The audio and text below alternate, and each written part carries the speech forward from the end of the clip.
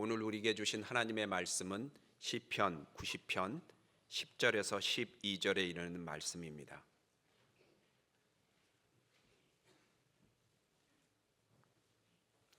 세 절 말씀입니다. 다 함께 한 목소리로 읽도록 하겠습니다. 읽겠습니다. 우리의 연수가 70이요 강건하면 80이라도 그 연수의 자랑은 수고와 슬픔뿐이요 신속히 가니 우리가 날아가나이다.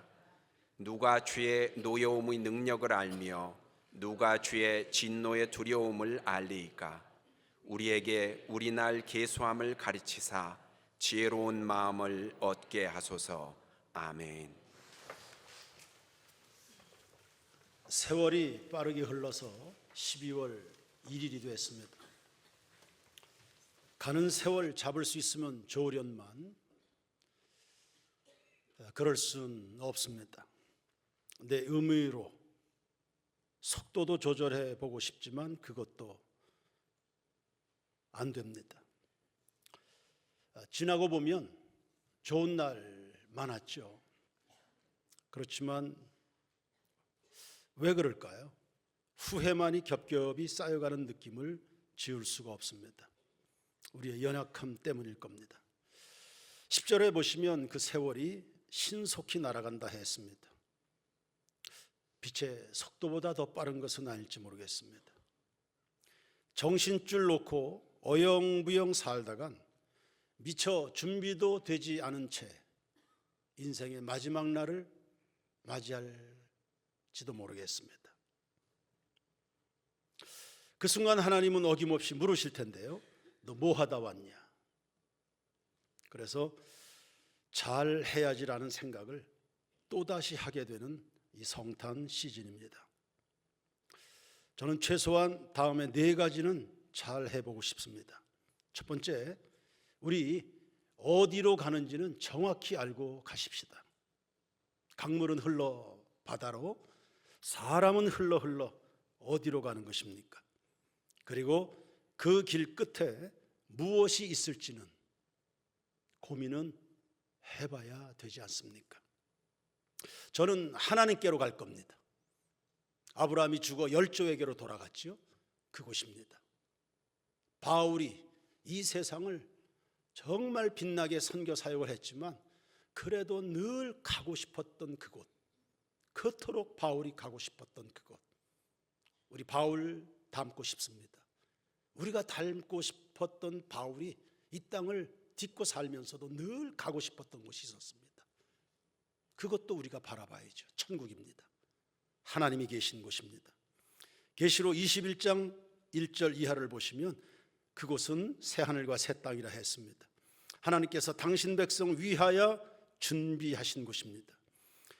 아담과 하와를 위해서 더 이상 좋을 수 없는 에덴 동산을 준비해 놓으셨습니다. 그분이 준비하신 겁니다. 오랜 세월에 걸쳐서 준비해 놓으신 그곳으로 우리는 갑니다.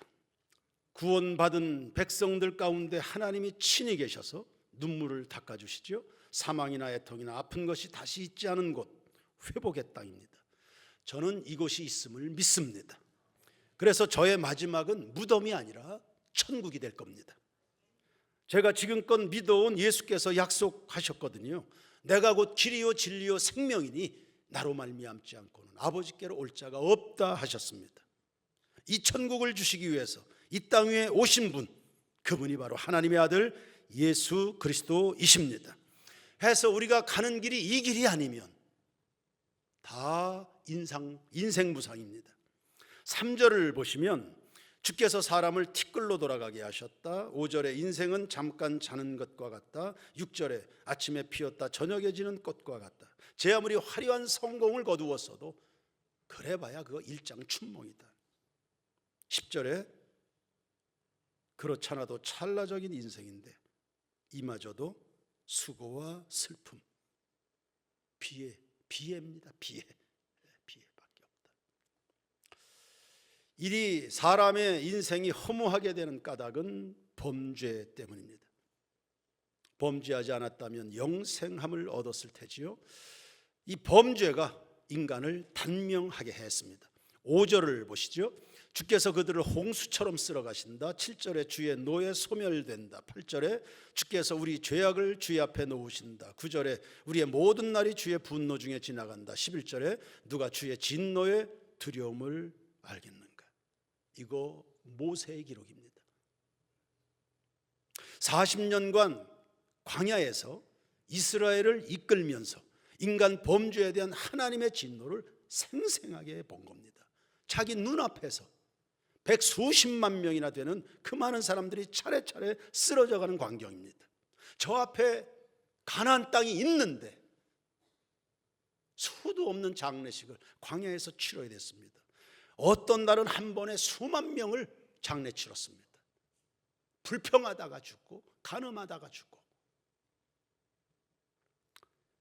죄의 값은 사망이구나. 단 두 사람, 하나님을 향하여 견고했던 여호수아와 갈렙만 살아남았습니다. 여러분, 구원받지 못한 인생은 다 이와 같이 쓰러지는 겁니다. 그래서 이러한 인생 무상을 소망으로 바꾸는 길은 없을까? 있습니다. 하나님께 소망을 두는 겁니다. 1절 말씀에 주는 대대로 우리의 거처가 되셨나이다. 2절에 영원부터 영원까지 주는 하나님이십니다. 그러니까 시편 90편은 모세의 기록으로 남았는데 인생 무상과 영원하신 하나님을 대조하고 있는 겁니다. 나그네에 불과한 인생 무상이 영원하신 하나님을 만날 때 영구한 안식을 누리게 된다는 말씀입니다. 사람은 누구와 사귀는가가 중요하거든요. 근데 우리는 지금 하나님과 사귀자는 겁니다. 인생 무상에 절망할 수밖에 없는 인간이 영원한 세상으로 나아가는 유일한 길, 영원하신 하나님을 만나는 것입니다. 영원하신 하나님께 소망을 두는 것입니다. 하늘 아래 이 땅의 어떤 것들과는 수준이 완전히 다르잖아요. 시간에 전혀 구속받지 않으시는 하나님과 사귀는 겁니다.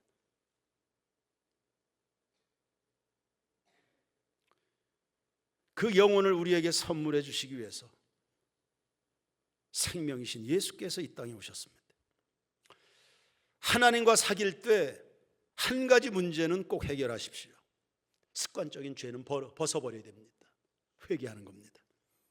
13절 말씀에 주의 종들을 불쌍히 여기십시오. 여러분, 세상에서 제일 불쌍한 사람이 누굽니까?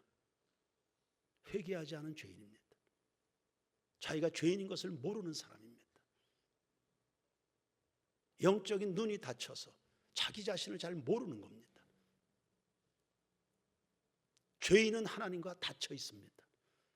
하나님이 받으실 수 없습니다. 하나님이 NO! 하나님의 얼굴을 돌려버리십니다. 그 사람을 누가 도울 수 있습니까? 하나님이 싫다는데, 하나님이 저 사람 싫다는데 누가 그를 도와줍니까? 온 세상 천만인이 다 들고 일어나서 그 사람 다 도와주려고 해도 하나님과 막힌 사람은 우리가 도울 방법이 없습니다. 그 인생은 닫혀 있습니다. 마치 무저갱에 사로잡혀 있는 것처럼 가장 불쌍한 사람입니다. 고집을 피우고 교만하고 완악하고 가장 불쌍한 사람, 하나님께 저주받은 사람입니다.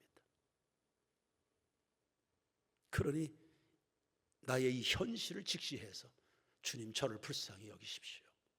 영원함으로 나아가는 길입니다. 14절에 아침에 주의 인자하심이 우리를 만족케 하사. 여러분, 우리를 만족시켜 주는 거 하나님의 사랑밖에 없습니다. 우리를 일생 동안 즐겁고 기쁘게 하옵소서. 인생 무상에서 영원한 소망으로 갈아타는 거, 일생 동안 즐겁고 기쁘다. 하나님과 사귐이 시작이 될 때입니다. 병든 자에겐 의사가, 죄인된 인간이 구원받을 소망은 오로지 하나님의 자비와 긍휼뿐인 것을 믿습니다. 사람이 아무리 큰 죄를 저질렀어도, 아무리 못난 인생을 살았어도, 아무리 크나큰 실패를 겪었어도 하나님께 나아가서 그분의 긍휼을 기대어서 회개하여 속죄를 받으면 숙명처럼 안고 있는 사망과 피해를 끝장낼 수 있는 것입니다. 그러므로 하나님께 소망을 두는 세인교회 성도 여러분들이요, 여러분의 마지막은 무덤이 아니라 영생이 될 것 믿으시길 바랍니다. 하나의 끝자락에서 온 교우들과 더불어 진지하게 묻고 싶은 겁니다. 그리고 점검해야 됩니다. 이 부분에 대해서 여러분이 답을 갖지 못하면, 지금은 그래도 한 해 끝자락입니다. 인생 끝자락에서 이 고민하면 늦습니다. 난 무엇을 기대어 사는가? 나는 어디에 소망을 두고 사는가? 난 어디로 달려가고 있는가? 예수님이 아니면 다 죽으려고 달려가는 겁니다. 나는 영생을 향해서 가는가? 베드로나 가론 유다나 예수님 한 분을 두고 똑같이 실패했습니다. 한 사람은 살고 한 사람은 슬프게 죽었습니다. 가론 유다는 끝까지 자기 자신에게 소망을 두었던 겁니다. 시편 39편 7절에 주여 이제 내가 무엇을 바라리요? 나의 소망은 누구에게? 주님께 있습니다. 여러분, 인간 소망은 인간 자신에게 있지 않습니다. 오직 하나님이십니다. 그분께로 나아가시길 바랍니다. 이렇게 천국을 향해 나아가면서 이 세 가지 해야 될 것 간략하게 정리해 봅시다. 저는 이거 하고 싶습니다. 첫 번째는 나누면서 살아가는 겁니다. 한 살 한 살 나이가 들어갈수록 아마 여러분들도 그럴 텐데요, 감사가 더 많아지지 않습니까? 나이 나된 것은 오로지 하나님의 은혜로다. 이 바울의 고백에 점점 더 공감이 많이 갑니다. 오늘의 나는 전부 은혜라는 생각 더 짙어지지 않습니까? 휴가를 마치고 밴쿠버에서 들어올 때 선물 주고 싶은 사람이 많았습니다. 왜? 오늘의 나를 있게 해준 사람들이니까. 고마워서 선물은 해야 되는데 들고 들어올 수 있는 가방의 무게는 제한적이죠. 어떻게 그냥 다 찌그러 넣어도 이게 한계가 있습니다. 사람이 철이 들어간다는 것은 감사한 마음이 차오르는 겁니다. 우리 중에 어느 누가 저 혼자 살아온 사람이 있겠습니까? 어린애가 태어나면 저 혼자 큽니까? 그럴 수 없습니다. 목사님 아무개가 굉장히 똑똑해요. 그런가? 감사한 일이네. 그러나 성도 여러분, 그 아이가 저 혼자 똑똑해진 겁니까? 어린이집에 가서 선생님들한테 배웁니다. 교회 오면 어른들에게 기도받습니다. 집에서는 부모들의 사랑으로 돌봄을 받습니다. 사람은 결코 저 혼자 잘나질 수 없는 겁니다. 오늘의 황규엽은 누구의 덕분일까? 세인교회는 누구 덕분으로 이렇게 서 있는 것일까? 여러분의 생업은, 여러분의 건강은, 여러분의 꿈은 누구 덕분에 성취한 겁니까? 하나님의 은혜는 기본이고 나를 곁에서 지탱해 준 많은 사람들 덕분에 험난한 세상임에도 불구하고 이걸 버티고 견디고 이겨내 오늘 여기에 온 겁니다. 그들을 기억하면서 감사의 마음을 나누며 살아가는 거예요. 그게 사람입니다. 그게 사람 구실하는 겁니다. 구원 하나님의 선물이요 은혜입니다. 절대적인 은혜입니다. 오늘 나의 존재 자체도 이거 은혜입니다. 그러면 하나님의 은혜라는 것이 그냥 하늘에서 뚝뚝 이렇게 떨어집니까? 아니에요. 지금 여러분 곁에 있는 사람들의 손길을 통해서 오는 겁니다. 그러므로 하나님에 대한 감사를 생각할 때는 반드시 주변 이웃에 대한 감사도 기억해야 됩니다. 우리 교인 중에 한 분은 늘 저에게 찾아와서 그런 불만을 많이 토로했습니다. 집안에 좋은 일이 있으면 와이프는 그래 하나님 감사하다, 하나님께 감사하다, 그러면 끝이래요. 죽기 살기로 자기가 가정을 위해서 애쓴 남편에 대한 고마운 표현은 잘 안 한다는 거예요. 그거 일리 있는 이야기입니다. 굉장히 공감되는 이야기입니다. 하나님의 은혜라는 것은 다 지금 옆에 있는 사람들 통해서 오는 겁니다. 그거 알아줘야 된다. 그거.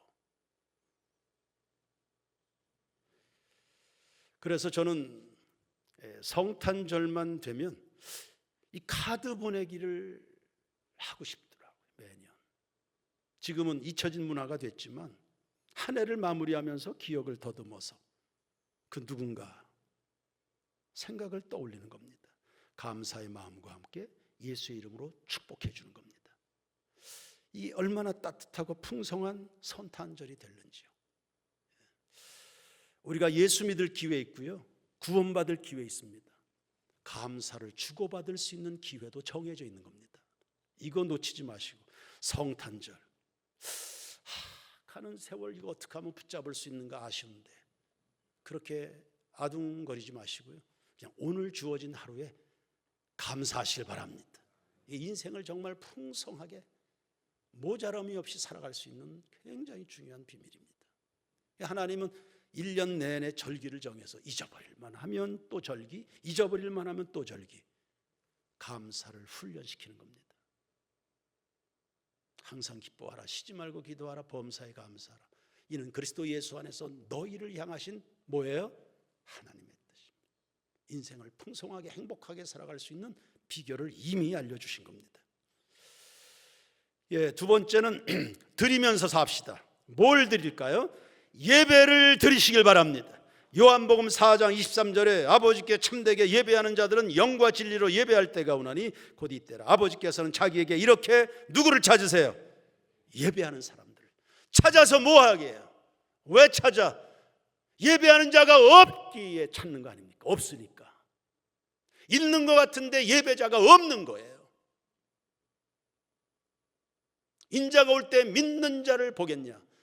이스라엘 땅에서 선포된 말씀입니다. 다 믿는다는 하나님의 선민들입니다. 없으니 찾는 거 아닙니까? 예배를 드린다 하는데 예배자가, 예배는 많을지 모르겠습니다. 예배자를 찾으신다. 예배자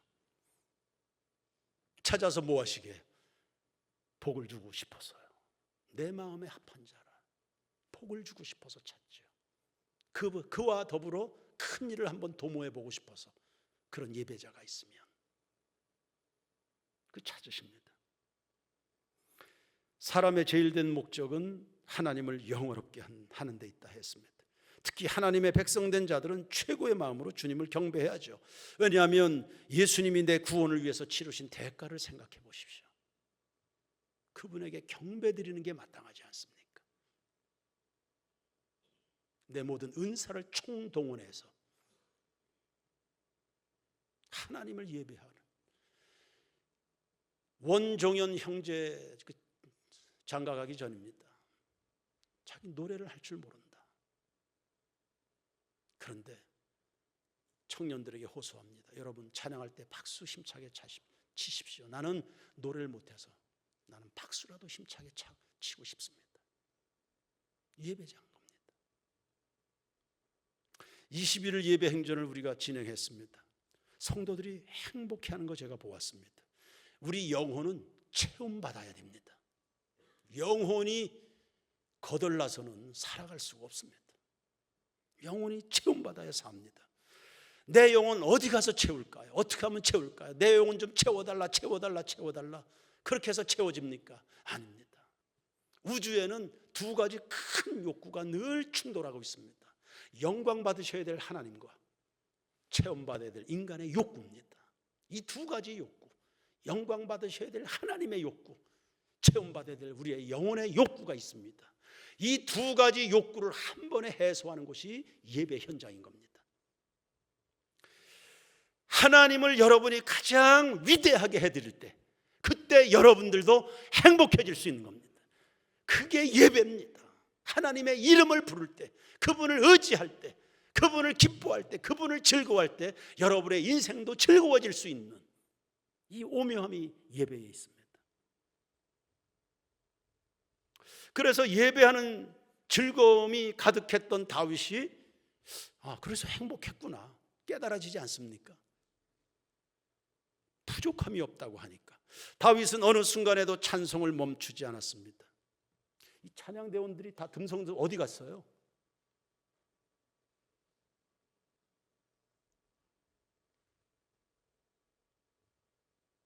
어느 순간에도 찬송을 멈추지 않습니다. 하나님을 향한 이 찬송하는데 어떤 것도 난관이 되지 않습니다. 바울과 실라는 감옥에서도 예배합니다. 다니엘은 사자굴 앞에서도 기도를 멈추지 않습니다. 예배 드리면서 걷는 인생길은 절대 고달프지 않습니다. 출애굽한 이스라엘에게 하나님은 성막 건축부터 명령하셨습니다. 예배부터 가르치신 겁니다. 하나님부터 만나야 길 잃어버리지 않고 목적지까지 갈 수 있다는 겁니다. 하나님을 향해서 사는 것 혹은 하나님 중심의 삶입니다. 광야 행진일 때 항상 그들의 진중하게 성막을 배치했습니다. 동서남북 어디에서도 하나님을 향할 수 있도록 한 배치였습니다. 여러분, 예배 잃으면 안 됩니다. 교인들 숫자가 없어서 교회 문을 닫는 걸까요? 아닙니다. 예배 정신이 사라졌으니 교회 문이 닫히는 겁니다. 하나님은 예배자를 찾으신다. 두세 사람이 내 이름으로 모인 곳에 나도 그들 중에 있겠다. 참다운 예배가 있는 그곳에 주님이 임재하신다 했습니다. 하나님이 거기 오시면 기적이 일어나는 겁니다. 그 부흥이 일어나는 겁니다. 목사님, 우리 구역에 예배 드릴 사람이 없어요. 없긴 왜 없어요? 자기 혼자는 있지 않습니까? 자기 혼자. 항상 수백 명이 드려야 그게 예배입니까? 어느 교회라고 다 한 사람으로 시작했죠. 세인교회 찬양대도 한 사람으로 시작했습니다. 예배하는 그곳에 주님이 임하신다. 주님이 역사하신다. 주님이 꿈을 주신다. 부흥을 주신다. 하나님이 복을 주신다는 믿음을 따라서 예배하기 시작하면, 그러니 예배가 뒷전으로 밀리니까 교회가 문을 닫는 거지요. 구역장부터 시작해서 교회 학교 교사들에게 투철한 예배 정신, 그게 살아있으면 그 공동체는 살아나는 겁니다. 하나님을 예배함이 생명인 줄로 믿으시길 바랍니다. 그분만이 생명이시니까요. 그분만이 인생 무상을 끝내고 우리를 영원으로 이어주시는 분이시니까 그분 찾아야 되죠. 그분 찾아야 됩니다. 느헤미야 8장 10절에 여호와로 인하여 기뻐하는 것이 너희의 힘이라. 할렐루야. 저는 하나님의 약속의 말씀 믿습니다. 하나님을 기뻐하는 게 힘이다. 아멘 하시길 바랍니다. 또 여호와를 기뻐하라. 저가 내 마음의 소원을 이루어 주시리라. 그러므로 성탄 시즌엔 더더욱 하나님을 기뻐하고 즐거워해야 됩니다. 날 향한 하나님 사랑의 절정, 하나님 아들의 성육신이 성탄절이니까요. 생각해 보십시오. 인류에게 예수님이 계신 것과 아니 계신 것의 차이를, 내 인생에 예수가 계시고 아니 계신 것 차이를 생각해 보십시오. 축제입니다. 내 인생을 새롭게 하시기 위해서 오신 예수 그리스도이십니다. 누가복음 2장 10절과 11절입니다. 천사가 이르되 무서워하지 말라. 보라, 내가 온 백성에게 미칠 큰 기쁨의 좋은 소식을 너희에게 전하노라. 오늘 다윗의 동네에 너희를 위하여 구주가 나셨으니 곧 그리스도 주시니라. 지극히 높은 곳에선 하나님께 영광이여, 땅에서는 기뻐하심을 입은 사람들 중에 평화로다. 하늘에서 찬양하고 땅에서 기뻐하고, 하나님 아들이 이 땅에, 아니 원주 땅에 내 마음속에 오신 이 놀라운 잔치의 날, 이거 성탄절입니다. 성탄절을 기해서 세인교회 모든 교우들의 잠자고 있었던, 혹은 희미해졌던, 혹은 연약해졌던 예배 정신의 부흥이 일어나게 되기를 주의 이름으로 축원합니다. 성전 미문의 안전뱅이가 고침을 받았습니다. 성전으로 뛰어가며 하나님께 영광을 돌립니다. 여러분, 하나님을 만난 자의 즐거움, 그가 예배입니다. 그를 뛰게 한 거 은이나 금입니까? 아니죠. 그를 고친 거 인간의 도덕이나 철학입니까? 아닙니다. 오직 예수 그리스도의 이름이었습니다. 마찬가지 오늘 우리를 사망의 권세와 지긋지긋한 삶의 피해에서 건지시는 것은 예수 그리스도이신 겁니다. 그분이 여러분을 사랑하셨습니다. 그분이 여러분의 모든 죄짐을 지고 십자가에 죽으셨습니다. 여러분의 승리, 변화된 인생, 영원한 소망으로 연결해 주시기 위해서 3일 만에 부활하신 겁니다. 순간순간 약해지지 않으라고 성령을 보내셨습니다. 할렐루야. 이 주님으로 기뻐하고 즐거워하는 여러분의 예배, 살아있는 예배 되길 주의 이름으로 축원합니다. 동방 박사들처럼 예배하시길 바랍니다. 그 이역만리 저 멀리, 그걸 멀다 하지 않고 황금과 유향과 모략 최선의 예물을 준비한 겁니다. 아무도 알아주지 않는 시대에 대제상 등등등등 종교인 임내 해가면서 뻗대고 있는 사람들, 그들도 모르는데 저 이역만리에서 최선의 예물을 준비해서 그분의 격에 맞게, 하나님 아들의 격에 맞게 최고의 경배를 드린 겁니다. 누구도 예배하지 않는 그곳에서 나는 주를 예배하리라. 여러분 서 있는 그곳이다 예배 현장이 되길 바랍니다. 마지막으로 유산을 준비하십시오. 사람은 지나고 나면 다 뒷모습이 남습니다. 예년과 다르게 저는 매일매일 긴장이 됩니다. 27년여 동안 긴장 없이 살아온 날은 별로 없었습니다. 그런데도 내가 몇 년을 더 목회할 수 있나 싶은 생각을 하다 보면 내 내려가는 뒷모습이 은혜로 와야 될 텐데, 그래서 지금 훨씬 더 긴장됩니다.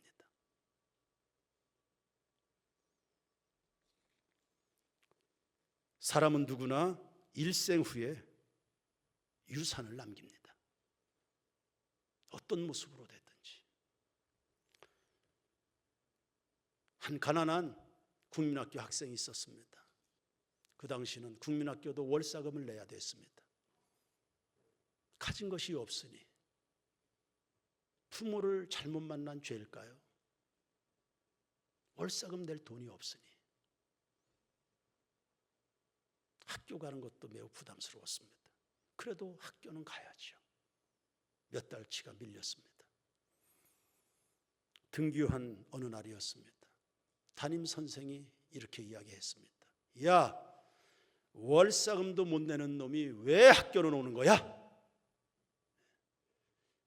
그 말에 이 아이가 크게 상처를 받았습니다. 인생이 삐뚤어지기 시작했습니다. 큰 도둑놈이 됐습니다. 신창원 이야기입니다. 그런가 하면 부모에게 버림받은 고아 소년이 있었습니다.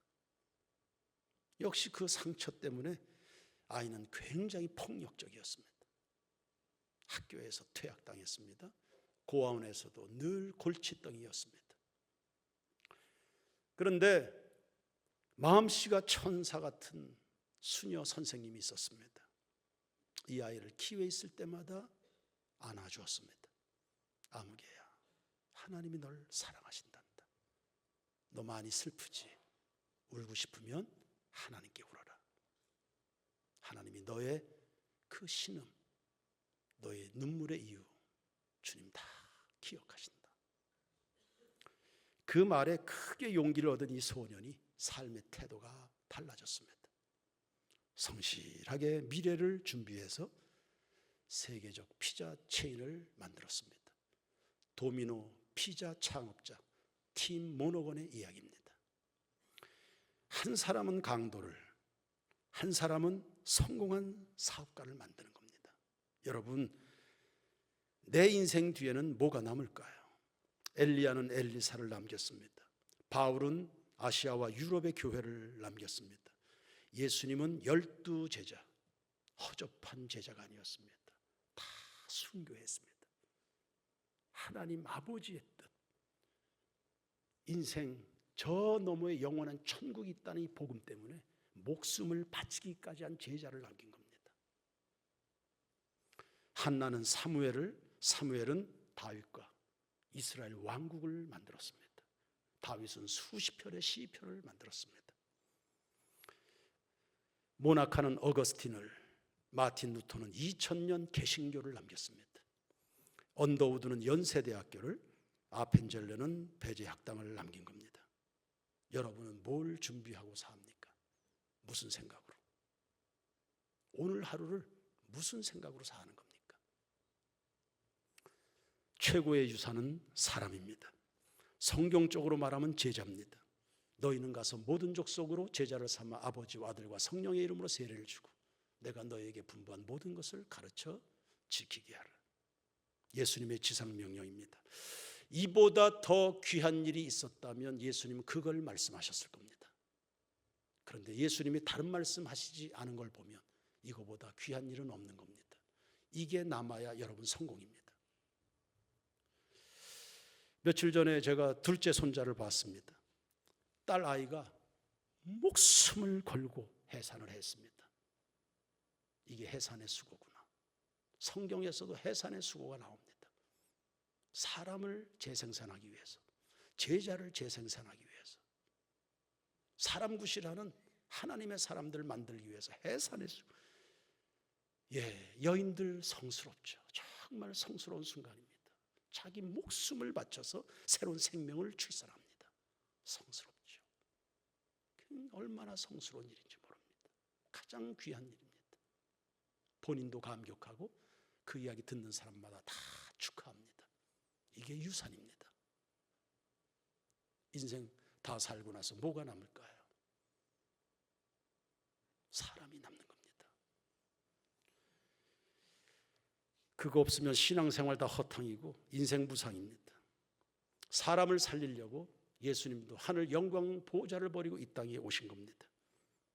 여러분, 우리 세인교회 교우들이 평생 살면서 집중해야 될 과제, 사람입니다. 재직을 다 임명했습니다. 찬양대도 임명하고 주방팀도 임명하고 차량 봉사자도. 나는 찬양하면 된다? 아니요. 나는 주방에서 설거지하면 된다? 아니요. 여러분 의식 속에 계속 사람이 있어야 됩니다. 주님을 위해서 목숨을 바칠 제자들이 남아야 됩니다. 그 제자를 어떻게 만들까? 그 제자를 어떻게 하면 만드는 것일까? 잘 모르면 김재권 집사님, 박영철 장로님, 정상주 장로님한테 가서 여쭤보십시오. 어떻게 하면 제자를 만드는 거냐? 또 다른 구역장을, 또 다른 집사를 어떻게 만드는 건지 물어보십시오. 제자가 남아야 됩니다. 하나님을 사랑하도록 만들고 예배하도록 만들고 기도하도록 만들고 주님을 위해서 충성하도록 만들고 주님을 위해서 목숨도 아끼지 않을 하나님의 사람들이 남아야 됩니다. 여러분의 자녀들에서부터 시작해서 너 뭐 하다 왔냐 분명히 물으실 겁니다. 저 멀리 배는 나의 시온성 오 거룩한 곳 아버지지. 우리는 그곳으로 갑니다. 지금 그곳으로 가고 있습니다. 이 길을 가면서 하나님께는 감사해서 최고의 예배를 드립니다. 이 길을 가면서 오늘 나를 여기에 있게 해준 주변 이웃들에게 고마움을 표현해 가면서 세상을 감사로 물들여 갑니다. 그리고 감사할 줄 아는 주님의 제자를 남기고 가는 겁니다. 여러분 뒤안길이, 여러분의 뒷모습이 훨씬 아름답고 빛나고 감동적이 되기를 주의 이름으로 축원합니다. 축원합니다.